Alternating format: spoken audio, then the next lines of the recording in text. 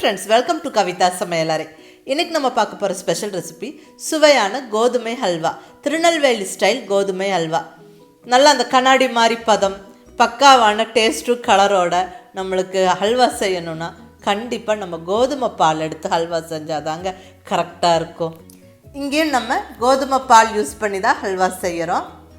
அதாவது ஈஸியாக கோதுமை பால் எடுத்து எப்படி ஹல்வா செய்கிறதுன்னு பார்க்கலாங்க. யூஸ்வலி கோதுமை பால் ஹல்வா எப்படி செய்வாங்கன்னா, கோதுமையை ஒரு 7-8 மணி நேரம் ஊற வச்சு அதுக்கப்புறம் நல்லா கிரைண்டரில் போட்டு ஆட்டி அதில் பால் எடுத்து செய்வாங்க. கொஞ்சம் லாங் ப்ராசஸாக போகும்.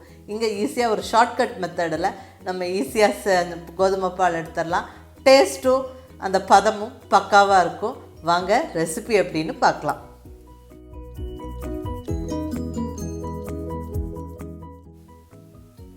இப்போ இங்கே 1 கப் அளவுக்கு கோதுமை ரவை எடுத்துருக்கிறேன். நம்ம உப்புமாக்கெல்லாம் பயன்படுத்துகிறோம் இல்லைங்களா, சம்பா கோதுமை ரவை அதுதான் எடுத்துருக்கிறேன். இதை நம்ம நல்லா ஒரு 2-3 மணி நேரம் ஊற வச்சுட்டு அதை நல்லா பிசைஞ்சு பிழிஞ்சு பால் எடுத்து நம்ம இப்போ ஹல்வா செய்ய போகிறோம். இங்கே நான் நல்லா ஒரு 2 கப்பு தண்ணி விட்டுக்கிறேன்.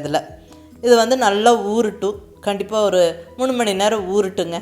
ஊறினதுக்கப்புறம் நல்லா சாஃப்டாயிடும். நம்ம கையிலே பிசைஞ்சு பால் எடுத்துடலாம். பாருங்கள், நல்லா சாஃப்டாகிடுச்சு. இந்த மாதிரி சாஃப்டாகிடுச்சு. இப்போ நம்ம நல்லா கையிலே அழுத்தம் கொடுத்து பிசைஞ்சு விடுவோம். நல்லா அந்த பால் இப்படி வந்துடும். ஸோ நல்லா பிசைஞ்சிட்டு நம்ம நல்லா இதைய வடிகட்டி பால் எடுத்துடணும். துணியில் வடிகட்டி பால் எடுக்கிறது பெட்டர். ஏன்னா சின்ன சின்ன அந்த ரவை கூட நம்மளுக்கு உள்ளே வராமல் அழகாக நீட்டாக வடித்து எடுத்துடலாம். ஸோ நல்ல சாஃப்டான துணியை யூஸ் பண்ணி நம்ம நல்லா அந்த கோதுமை பாலை பிழிஞ்சு எடுத்துக்கலாம். இங்கே 2வது பாலும் நான் பிழிஞ்சு எடுத்துக்க போகிறேன். அதே ஊறின கோதுமை ரவையில் இன்னொரு கப்பு தண்ணி விட்டு நல்லா கையை விட்டு அழுத்தம் கொடுத்து பிசைஞ்சு நம்ம பால் எடுத்துக்கலாங்க. 2வது பால் நம்மளுக்கு பாலை விடவே நல்லா திக்கான கோதுமை பாலாக கிடைக்கும். பாருங்கள், திக்காக இருக்குது இல்லைங்களா. ஸோ இதை அதே மாதிரி துணியில் போட்டு நம்ம வடிச்சுக்கலாம். ஸோ சின்ன ரவையும் கூட நம்மளுக்கு உள்ளே வராது.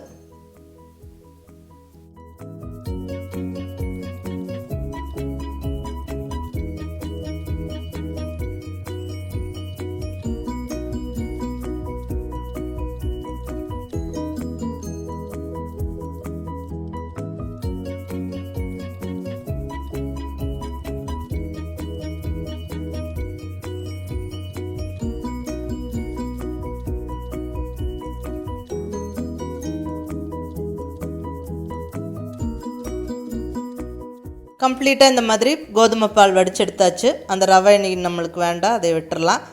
பாருங்கள், பால் நல்லா இந்த மாதிரி ஓரளவுக்கு நல்லா திக்காக நல்லா இருக்குது. அவ்வளோதாங்க, கோதுமை பால் நம்மளுக்கு ஈஸியாக ரெடி ஆகிடுச்சு.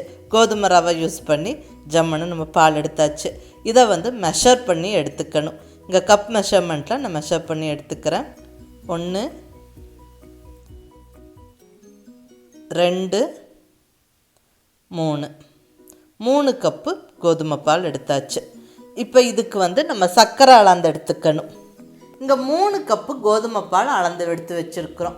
இதுக்கு 1.5 கப் அளவுக்கு சர்க்கரை சரியாக இருக்குங்க. இங்கே ஹல்வா கிளற பாத்திரத்தில் நான் 1.25 கப்பு சர்க்கரை சேர்த்துக்கிறேன். மீதி 1/4 கப்பு சர்க்கரையை சுகர் கேரமலைஸ் பண்ணுறதுக்கு நான் எடுத்து ரிசர்வ் பண்ணி வச்சுக்கிட்டேன். அந்த நல்லா கேரமலைஸ் பண்ணி சேர்த்துக்கிட்டால் கலர் சூப்பராக கிடைக்கும். ஸோ அதுக்கு தனியாக ஒரு 1/4 கப்பு எடுத்து வச்சுட்டு இங்கே 1.25 கப்பு சர்க்கரையை இந்த கடாயில் சேர்த்தாச்சு. இப்போ இந்த சர்க்கரையில் 1/2 கப்பு தண்ணி சேர்த்துக்கிறேன். இது நல்லா சூடாகி சர்க்கரை கரைஞ்சி ஒரு கொதி வரணும். நம்மளுக்கு பாகு பதம்லாம் ஒன்றும் பார்க்க வேண்டாம். ஜஸ்ட்டு சர்க்கரை கரைஞ்சி கொதி வந்தால் போதும். பாருங்கள், நல்லா கொதிச்சிருச்சு. இப்போ நம்ம எடுத்து வச்சுருக்கிற கோதுமை பாலை சேர்த்து விட்டுறலாம். அவ்வளோதான். இனி நம்ம கிளறிட்டே இருக்க வேண்டியது தான். இந்த ஸ்டேஜில் நம்ம ஸ்டவ் ஹை ஃப்ளேம்லேயே வச்சுக்கலாம். நல்ல ஒரு 4-5 நிமிஷத்தில் அந்த சர்க்கரை பாகோடு சேர்த்து இந்த கோதுமை பாலும் சேர்ந்து நல்லா கொதித்து அப்படியே திக்காகிட்டே வருங்க. நம்மளுக்கு கெட்டிப்பட்டுட்டே வரும். நம்மளுக்கு கிளற தெரியும். பாருங்கள், நல்லா திக்காகிட்டே வருது.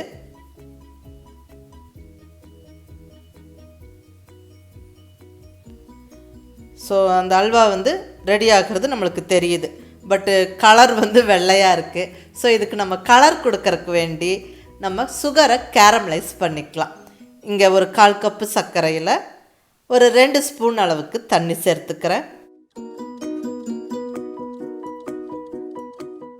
இந்த சர்க்கரை கரைஞ்சி நல்லா கொதித்து கொஞ்சம் அந்த கலர் ப்ரௌன் ஆகி வரணும்.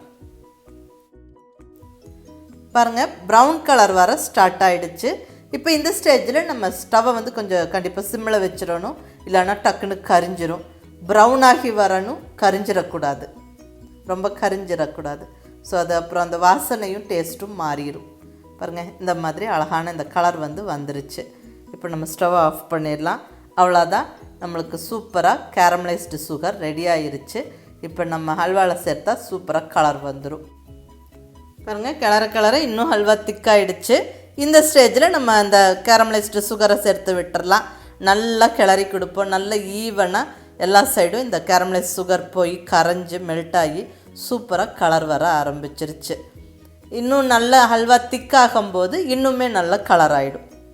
இந்த ஸ்டேஜில் ஒரு 2 ஸ்பூன் நெய் சேர்த்துக்கலாம். நம்ம கோதுமை மாவு யூஸ் பண்ணி செய்யக்கூடிய ஹல்வாவை விடவே இந்த கோதுமை பால் எடுத்து செய்கிற ஹல்வாவுக்கு நெய்யோட அளவு வந்து கம்மியாக தான் பிடிக்கும். நம்ம விருப்பப்படி நெய் சேர்த்துக்கலாம், பட் இதுக்கு வந்து கம்பேரிட்டிவ்லி நம்மளுக்கு கம்மியான நெய் சேர்த்தா போதும். இந்த ஸ்டேஜில் ஒரு 2 ஸ்பூன் நெய்யில் ஒரு 10-12 முந்திரி பருப்பு சேர்த்து நல்லா வறுத்து விட்டு நம்ம ஹல்வாவில் சேர்த்துடலாங்க. இது ஆப்ஷனல், நீங்கள் வேணால் சேர்த்துக்கோங்க, இல்லைன்னா ஸ்கிப் பண்ணிக்கலாம். பட் சேர்க்கும்போது ரொம்ப நல்லாயிருக்கும். நான் அந்த வறுத்த நெய்யோடவே வந்து முந்திரி பருப்பை சேர்த்தாச்சு. நல்லா கிளறி விடுறோம். இன்னும் கொஞ்சம் திக்காகட்டும்.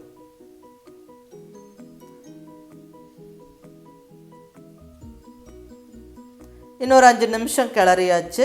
பாருங்கள், நல்லா அந்த கலரும் நல்லா டார்க்காக இருக்குது. ஹல்வா பதமும் சூப்பராக வருது. இந்த ஸ்டேஜில் இன்னொரு 2 ஸ்பூன் நெய் சேர்த்துக்கிறேன். இப்படி கொஞ்சம் கொஞ்சமாக நெய்யை விட்டு கிளறும் போது ரொம்ப நல்லாயிருக்கும். இந்த திக்காகி வர வர நம்மளுக்கு நெய்யை விட்டு கிளறிகிட்டே இருக்கணும். நல்லா கொஞ்சம் திக்காகி அந்த ஹல்வா பதம் ரீச் ஆனோன்னு நம்ம சேர்த்துக்கிட்ட நெய் வந்து வெளியே வர ஆரம்பிக்கும். அந்த ஓரங்களில் வெளியே வரும். பாருங்கள், இன்னும் நல்லா திக்காயிருச்சு. ஆல்மோஸ்ட் அந்த அல்வா பதம் வந்துருச்சு. இன்னும் கொஞ்சம் திக்காயிட்டா இன்னுமே நல்லாயிருக்கும். அவ்வளோதான், இன்னொரு 5 நிமிஷம் நம்ம கிளறி கொடுப்போம். அவ்வளோதாங்க, சுவையான கோதுமை பால் அல்வா, திருநெல்வேலி ஸ்டைல் ஹல்வா ஜம்முன்னு ரெடி ஆயிடுச்சு.